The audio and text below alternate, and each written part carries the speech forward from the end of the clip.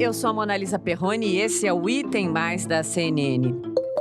Fabrício Queiroz é preso em São Paulo. Informação agora chegando para a gente. Nossa reportagem já acionada. Nesse momento, então, confirmada a prisão de Fabrício Queiroz. Nome que figurava como envolvido também com a família Bolsonaro, Flávio Bolsonaro.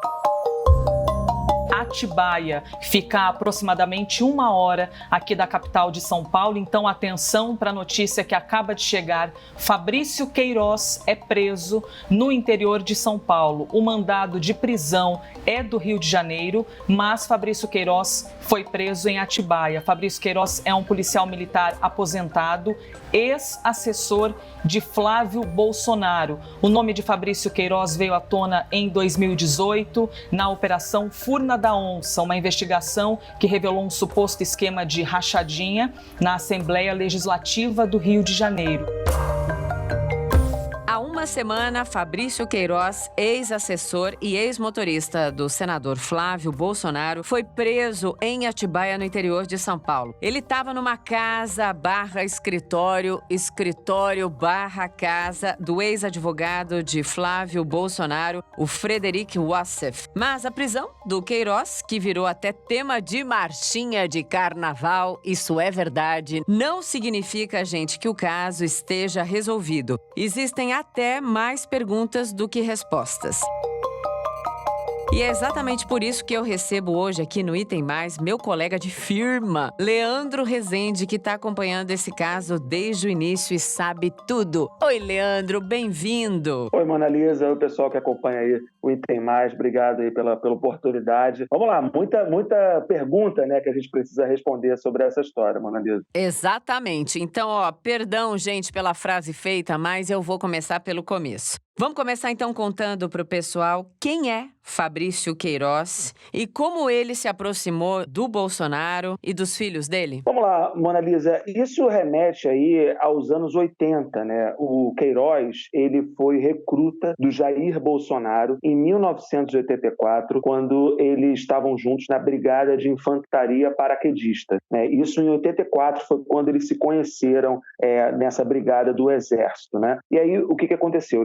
Eles tornaram amigos ali. O Queiroz, 3 anos depois, em 87, ele entrou para a Polícia Militar e aí ele ficou nesse posto na Polícia Militar de 87 até 2018. Mais ou menos ali, no começo dos anos 2000, quando Flávio Bolsonaro se torna deputado aqui no Rio de Janeiro, o presidente Jair Bolsonaro escolheu o Queiroz para ficar junto do filho aqui na Assembleia do Rio, né? O Queiroz aqui, ele fazia o papel de motorista, segurança, era uma pessoa super próxima do Flávio Bolsonaro, uma pessoa muito importante. Aparece aí várias fotos, quem está acompanhando esse caso já viu certamente, da família com o churrasco, o Queiroz participando. Então, é uma relação que remete aí aos anos 80 ainda e que ganhou o seu primeiro cargo, né? Digamos assim, a partir de 2003. E você sabe que nos últimos dias, entrevistando o vice-presidente Hamilton Mourão, eu e o Caio Junqueira, meu parceiro de Expresso CNN, a gente foi surpreendido também com essa relação no passado que o vice-presidente teve com Fabrício Queiroz. Ele contou ali pra gente até sobre uma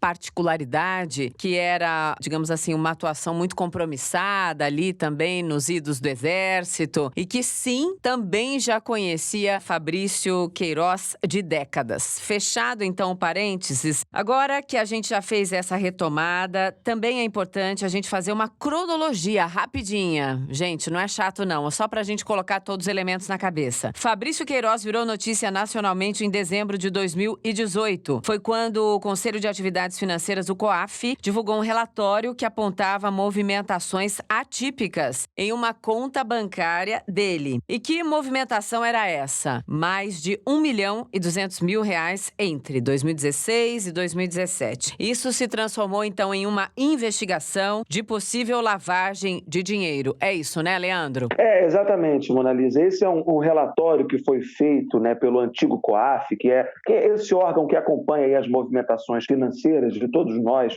brasileiros, esse relatório foi feito para embasar uma outra operação que até então nada tinha a ver com Flávio Bolsonaro e com Queiroz. Foi uma operação aqui chamada de Furna da Onça. Essa operação colocou 10 deputados estaduais do Rio de Janeiro na prisão. Eram deputados que participariam do esquema de corrupção do ex-governador Sérgio Cabral. No processo, né, de fazer essa investigação, foram levantadas essas movimentações financeiras atípicas de várias pessoas da Assembleia Legislativa do Rio. E no caso do Flávio Bolsonaro, do gabinete do Flávio Bolsonaro, o Queiroz apareceu ali como tendo movimentado muito mais dinheiro do que ele ganhava como policial militar e como assessor na Alerj, e também chamou a atenção que muita gente depositava dinheiro na conta dele. Daí que vieram as primeiras suspeitas sobre essa história ainda em 2018. Então, vamos seguir aqui no nosso roteiro de lembranças, porque você falou de 2018, né? Então, ainda em dezembro de 2018, o Queiroz era aguardado para prestar depoimento, né, em 2 audiências ali no Ministério Público e não apareceu. Alguns dias depois, ele deu, então, uma entrevista ao SBT. Aí foi a primeira vez que ele mencionou, então, o tal relatório do antigo COAF. Em respeito ao MP, que eu faltei às audiências por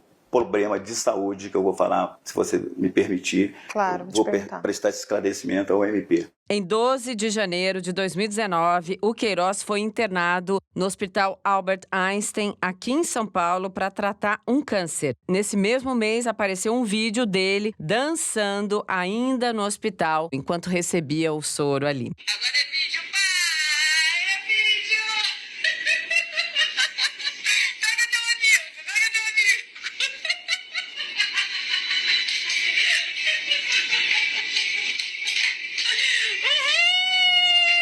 Por que é importante a gente falar desse vídeo? Porque desde esse dia, 12 de janeiro de 2019, o Queiroz não foi mais visto publicamente. Isso até a prisão dele na semana passada. E aí que começou, desde 2019, então, até há poucos dias, cadê o Queiroz? Cadê o Queiroz? Era uma das perguntas mais feitas aí nas conversas, nas redes sociais. Todo mundo que sempre questionou a relação da família Bolsonaro com o Queiroz.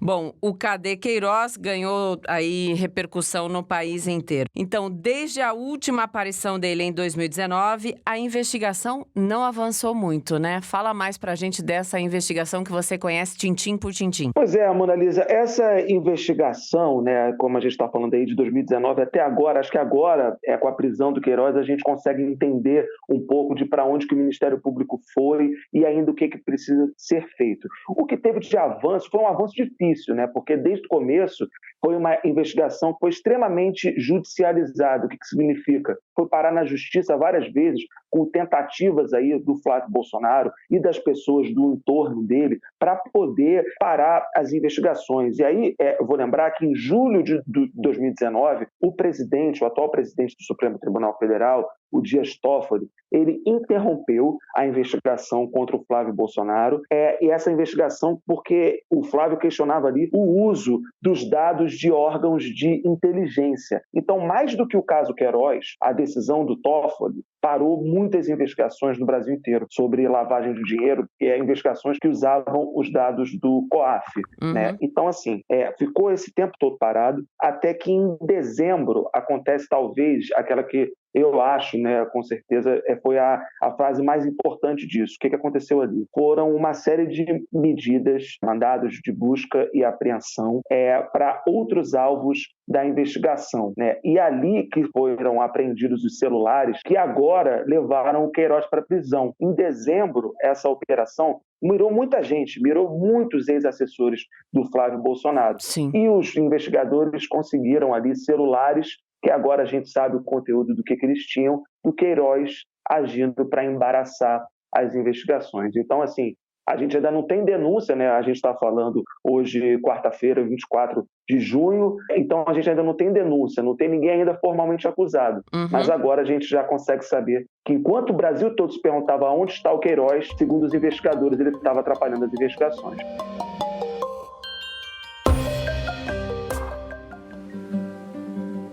Vamos falar então de outra figura muito emblemática nessa história toda, o advogado Frederic Wassef. Bom, ele tem falado muito, ele sempre falou muito, ele sempre foi uma espécie de porta-voz jurídico da família Bolsonaro em uma série de questões, não só do Flávio, do presidente Bolsonaro. Ele se auto-intitulava dessa maneira, até de uma maneira assim, se vangloriando disso, né? E aí veio toda a história que ganhou contornos de série policial, daquelas boas que a gente não consegue parar de ver, que é quando o Fabrício Queiroz, então, é preso ali na casa/escritório, se quiserem, escritório/casa do Frederic Wassef. O Wassef disse várias vezes não poder falar por que o Queiroz estava ali, na casa dele em Atibaia. O que falta responder, Leandro, sobre essa relação, mesmo o Wassef agora não sendo mais advogado de Flávio Bolsonaro, ali formalmente, com o Flávio dizendo que ele é maravilhoso, incrível ali no tweet, mas que não dava mais para continuar junto. Traga o seu olhar de quem acompanha isso há tanto tempo pra gente, por favor. Olha, Mona Lisa, acho que falta pro advogado, agora ex-advogado do Flávio Bolsonaro, né, esclarecer o que o Queiroz estava fazendo na casa dele, né? Porque assim, vamos lembrar, no último domingo ele concedeu uma entrevista pro Caio Junqueira, seu parceiro de Expresso, nosso colega aqui da CNN, e é uma entrevista assim que é realmente uma peça para a gente se debruçar, e eu já voltei a essa entrevista para tentar entender o que está acontecendo ali, mas a gente tem que botar um pouco do que ele disse em perspectiva. Por quê? Ele disse o seguinte: não posso dizer por que o Queiroz estava na minha casa. Antes de mais nada, Caio, eu quero já adiantar o seguinte, sobre esta pauta, sobre este ponto, sobre Fabrício Queiroz em uma propriedade minha, embora eu adorasse poder explicar o todo na íntegra das informações do A ao Z, hoje, momentaneamente, eu sou impedido. Depois ele diz, não sei por que o Queiroz estava no meu escritório/casa, não sei o que ele estava fazendo ali, porque eu não tenho nenhum tipo de contato com o Queiroz. Eu não sei exatamente quantos dias, eu não falo com o Queiroz, eu não tenho o telefone do Queiroz, eu nunca telefonei ao Queiroz, eu nunca mandei mensagem, troquei mensagem ou recebi mensagem. Eu não tive nenhum contato direto com o Queiroz via telefone, e-mail ou qualquer outro meio de comunicação. E aí, depois dele dizer isso, ele diz para o Caio, naquela entrevista, o seguinte: eu tenho a informação, eu sei que o Queiroz, 50 dias antes de ser preso, estava no Rio de Janeiro. Vamos lembrar que o Queiroz foi preso em Atibaia, no interior de São Paulo. O senhor não sabia onde ele estava? É óbvio que não. Veja bem, Queiroz, eu vou dar uma informação. Por exemplo, agora, recentemente, antes da prisão, vai aí, ele estava no Rio de Janeiro. Quando as investigações avançarem e pegarem o celular dele pela Herb, vão saber que ele estava no Rio de Janeiro nos últimos 50 dias. Então, assim, não fecha essa conta, né, Mona Lisa? Ele diz que não sabe onde Queiroz estava. Depois, ele diz que sabia que ele estava no Rio de Janeiro antes de ser preso. Ele diz que não tinha contato. Depois, ele diz que escondeu do presidente Jair Bolsonaro e do senador Flávio Bolsonaro a informação de que o Queiroz realmente estava lá nesse escritório de Atibaia. O presidente Jair Bolsonaro ou o senador Flávio Bolsonaro sabiam que, por vezes, Queiroz era abrigado no seu imóvel? Eu vou responder essa pergunta, Caio, a você e ao Brasil. Nunca, jamais, o presidente da República, Jair Bolsonaro, soube ou teve conhecimento desses atos, desses fatos. São pelo menos 4 contradições aí, Mona Lisa, que o Frederic vai precisar esclarecer para a gente poder tentar entender um pouco mais dessa história, né? Ah, sim, mas é como ele fala muito, ele se contradiz demais, e até um bastidor todo da nossa equipe que analisa a política com lupa, mas conhecendo bem o presidente Jair Bolsonaro, essa informação de bastidor que a gente já deu aqui na CNN, está furiosíssimo com o tanto que Frederic, depende da pronúncia aí de quem estiver falando, de tanto que ele fala. Quanto mais ele fala, mais ele complica o clã Bolsonaro em geral. Por isso, então, todas essas questões aí em aberto, e você pontuou 4, né, itens. Sem dúvida, se a gente reassistir, tem mais e mais e mais. Falando em mais nessa história toda, querido, temos que falar sobre a mulher de Fabrício Queiroz, então, um dos nomes mais procurados neste momento no país, né? Uma das figuras mais procuradas pela polícia. É Operação Toda Hora, Operação em Minas, Operação no Rio. Nos últimos dias a gente trouxe no Expresso CNN também a apuração do Caio Junqueira de que investigadores já têm pistas robustas de que a Márcia está no estado de São Paulo, então tá evidente que ela está se deslocando, né, por vários estados brasileiros. Mas por que eu tô falando da mulher de Queiroz? Porque ela está foragida e o que ela pode contar que gera tanta apreensão para todo mundo envolvido direto ou indiretamente nesse caso, Leandro? São dois fatores aí. Primeiro é o seguinte, a Márcia, ela é considerada foragida já há quase uma semana, né, que ela é considerada foragida porque há uma ordem de prisão contra ela pelo fato dela ter, junto do Queiroz, atuado para obstruir as investigações desse caso. Ela é considerada foragida a partir deste momento. Ela não era considerada foragida antes, muito menos o Queiroz. E também é importante pontuar isso, porque as pessoas acham que o Queiroz estava fugindo da polícia, fugindo. Ele não estava, porque não havia nenhuma ordem de prisão contra ele. Quando aconteceu essa ordem, foi expedida, ele foi preso e a Márcia não foi presa, logo ela pode ser considerada foragida. Sim. São duas as coisas que eu acho que são importantes de pontuar sobre o papel da Márcia e o que ela pode revelar. Primeiro fator que causa preocupação em todo mundo que conhece o Queiroz é o seguinte: o Queiroz é um cara super preocupado com a família dele. Né? O que a gente sabe é que ele manifestou essa preocupação diversas vezes durante esse tempo em que ele ficou aí sumido, não foragido, sumido. Né? Então, ele tem muita preocupação com a possibilidade de a Márcia ser presa. E ele, estando preocupado, o que se cogita é de que, se essa preocupação evoluir, ele pode fazer aí um acordo de delação premiada. E isso é uma coisa que se cogita no meio político. Né? Sim. O advogado dele, Paulo Emílio Catapreta, nega a todo tempo de que existe essa possibilidade no horizonte. O segundo ponto, que é de maior relevância, e eu acho que também dá para avançar, a investigação pode avançar por aí, é o fato de terem sido encontradas mensagens da Márcia, trocando mensagens o tempo todo com a mãe de um foragido procurado pela polícia do Rio de Janeiro, o Adriano Magalhães da Nóbrega, que é acusado, ele morreu nesse ano, né, em fevereiro, mas a mãe do Adriano e a Márcia trocaram mensagens quando ele já era foragido. Ele é acusado de liderar uma milícia aqui no Rio de Janeiro. Então, o que tem ali é um contato estreito entre o ex-advogado do Flávio Bolsonaro, o Luiz Gustavo Boto Maia, a Márcia, a ex-mulher do Queiroz, e a mãe de um miliciano que era procurado pelo Rio de Janeiro inteiro. Né? Então, eu acho que a prisão da Márcia, uma eventual prisão dela, o que ela tem a dizer sobre isso é uma coisa que vai interessar não só para a investigação da rachadinha, não, tá, Mona Lisa? Sim. É uma coisa que vai interessar para a gente entender o cenário aqui do Rio de Janeiro como um todo. Sem dúvida. Claro que no Rio de Janeiro como um todo, e isso tem potencial, tem combustível para abalar, inclusive, as estruturas em Brasília, né? Nós estamos falando de um ex-assessor, de agora um senador da República, filho do presidente Jair Bolsonaro, filho esse com fortíssima atuação nos bastidores da política, com pontuações constantes, por isso que há sim um clima de suspense e até de uma incógnita em relação aos desdobramentos naturais, políticos, criminais, usem a palavra que quiser, sobre todo esse caso envolvendo Fabrício Queiroz e adjacências. Usei essa palavra, nem sei se é a melhor, mas vamos seguir aqui, Leandro. Qual você usaria, inclusive? Adjacências parece endereço, né? Mas foi a que veio. É mais ou menos isso, né? É, mais ou menos isso. E acho que, como nessa semana aconteceu uma operação que buscou a Márcia em vários endereços, adjacências aí faz sentido com o contexto, Mona Lisa. Ah, nada como ter amigo, salvou amiga. Isso ajuda tudo.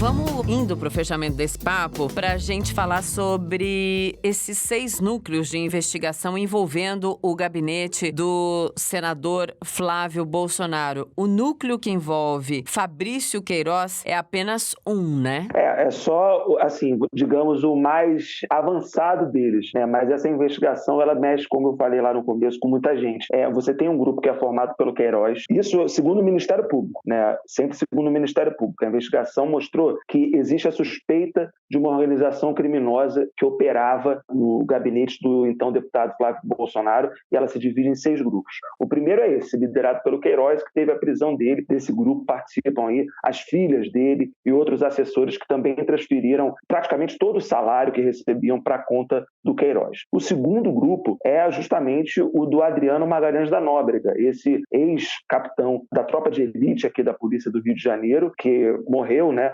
e era acusado de integrar um grupo de milicianos, e desse grupo fazem parte a mãe dele e a ex-mulher dele também trabalharam no gabinete do Flávio Bolsonaro. O outro grupo é um grupo que envolve a família Siqueira. Quem é a família Siqueira? É a família da ex-mulher do presidente Jair Bolsonaro, a Ana Cristina Siqueira Vale. São pessoas, todas de uma mesma família, que trabalharam no gabinete do Flávio Bolsonaro e continuam morando, inclusive, na cidade de Resende, que fica aqui no sudoeste do Rio de Janeiro. Isso é o terceiro. Vamos para o quarto grupo, rapidamente, que é o grupo referente a um sargento da Polícia Militar que teria feito aí transferências bancárias para a esposa do Flávio Bolsonaro. E o quinto e o sexto grupo também inspiram aí bastante expectativa para saber como que a investigação vai avançar, porque o primeiro diz respeito ao sócio do Flávio Bolsonaro numa loja de chocolates que ele tem aqui na Barra da Tijuca, na zona oeste do Rio, e o sexto grupo diz respeito a uma imobiliária. Essa imobiliária seria a que ajudaria, em tese, né, sempre segundo o Ministério Público, ajudaria o Flávio Bolsonaro a lavar dinheiro com aquisição de imóveis aqui no Rio de Janeiro. Então, Morales, é uma investigação muito ampla e que ainda vai ter muita coisa ainda para acontecer, considerando que desses grupos todos que eu citei, só o grupo do Queiroz já teve uma prisão, a investigação já andou, faltam pelo menos 5, né? Sim, a gente está falando muito sobre esse assunto porque o nosso outro colega de firma, né, o analista Fernando Molica, seu parceiro aí de Rio de Janeiro, trouxe pra gente em primeira mão, no Expresso, nos últimos dias, a informação de que o Ministério Público do Rio deve apresentar, então, nos próximos dias, denúncia contra o senador Flávio Bolsonaro, Queiroz e outros suspeitos aí em todo o esquema das rachadinhas. E aí, a expectativa tá total, né, Leandro? Neste momento, eu sei que esse é um dos assuntos mais ditos aí no Rio de Janeiro, mais conversados em várias partes do país, exatamente por causa disso que a gente está conversando, né? Das implicações naturais de todo esse caso, quando a gente olha todas as pontas dele, né? Pois é, Amanda Liz. Então, essa expectativa, né, pela denúncia é uma coisa que o Molica trouxe no Expresso, né, de que o Ministério Público deve apresentar até o começo da próxima semana essa denúncia. Eu conversei com algumas pessoas também sobre essa reportagem que o Molica fez e, assim, a visão das pessoas é de que o Ministério Público já estabeleceu mais ou menos um roteiro pelo que vai acusar o Flávio Bolsonaro, né? Ele vai ser acusado, matéria do Molica, né, por 2 crimes, né? Peculato, que é a apropriação ou desvio de dinheiro público, e dinheiro público, nesse caso, são os salários da Assembleia Legislativa do Rio de Janeiro, e por organização criminosa. Por enquanto, o MP considera que não tem como ainda dizer que aconteceu lavagem de dinheiro ali no gabinete do agora senador Flávio Bolsonaro. Mas é certo, Mona Lisa, de que a repercussão disso, quando vier à tona, né, o Ministério Público, é claro, não confirma oficialmente que vai fazer uma denúncia, mas a gente apura com as nossas fontes aqui no Rio de Janeiro que essa é a tendência. Isso, inclusive, é a tendência até dos advogados. Os advogados acham que isso realmente está para acontecer para breve. E quando vier, dependendo do teor que vier essa denúncia, Mona Lisa, certamente isso pode cair também como uma bomba aí em Brasília, pode cair como uma bomba aqui no Rio de Janeiro, dependendo do teor do que vier por aí. Sim, eu quero te dizer que, claro, que se isso acontecer, né, independentemente aí da decisão e dos desdobramentos, você é mais do que convidado sempre a estar conosco no Expresso ou aqui no Item Mais. Eu quero fazer um elogio para que todo mundo escute. Leandro Rezende atuava nos bastidores. No dia em que ele deu a graça no ar, ficamos todos impactados com a sua clareza. Então venha, porque ajuda demais. E parabéns por conseguir traduzir isso de uma maneira tão direta. Eu virei fã, tá? Pronto, falei.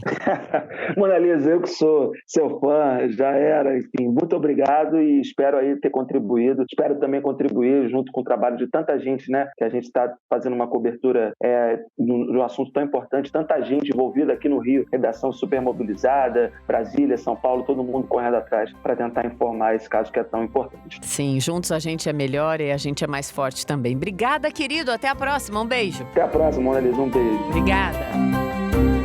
Então é isso. Amanhã a gente se vê de novo? Não, a gente se ouve. Beijo.